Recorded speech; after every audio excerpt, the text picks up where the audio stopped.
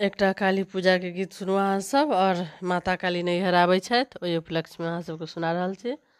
आशा छै नीक लागत अहाँ सबके। धन्यवाद। बारह बरख पर काली जयती नैहर, बारह बरख पर काली जयती नैहर। माँ है बिनु रे कहारे कौन जयती, माँ है बिनु रे कहारे कौन जयती। बारह बरस पर या जयती नैहर।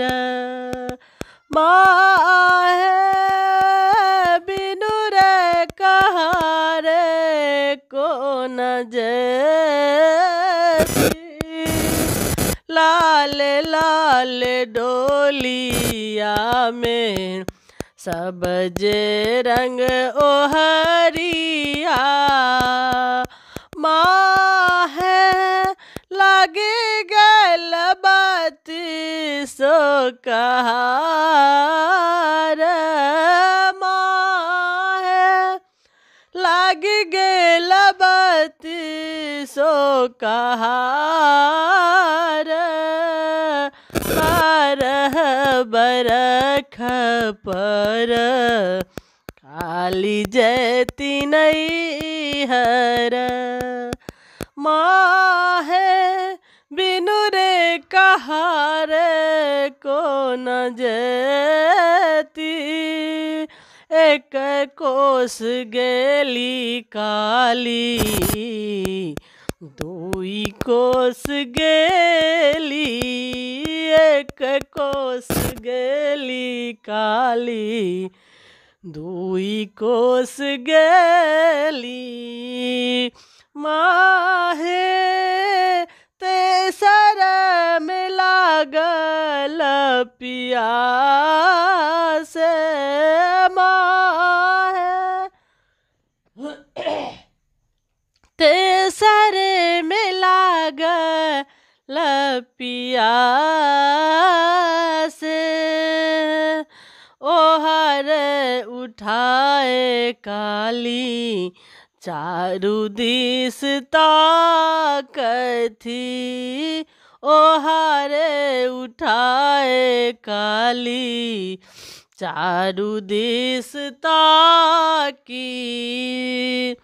माँ है कतहु न लागल बजार, माँ है कतहु नहीं लागल बजार। बारह बरख पर काली जयती नैहर। माँ है बिनु रे कहारे कौन जयती। जंगिया के चीरी काली सोनी तपीलनी, जंगिया के चीरी काली सोनीत पीलनी। माँ है राखल जगत के मान, माँ है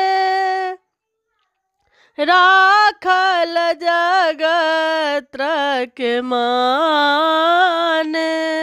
बनहि विद्यापति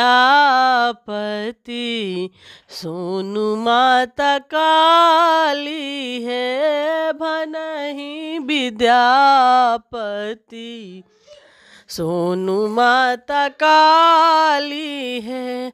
माँ है सरासा दाहब रक्षा पाले, माँ रक्षा पाले मोहे बिनु रे कहारे कौन जेती। धन्यवाद। जय मिथिला, जय मैथिली, जय माता दी।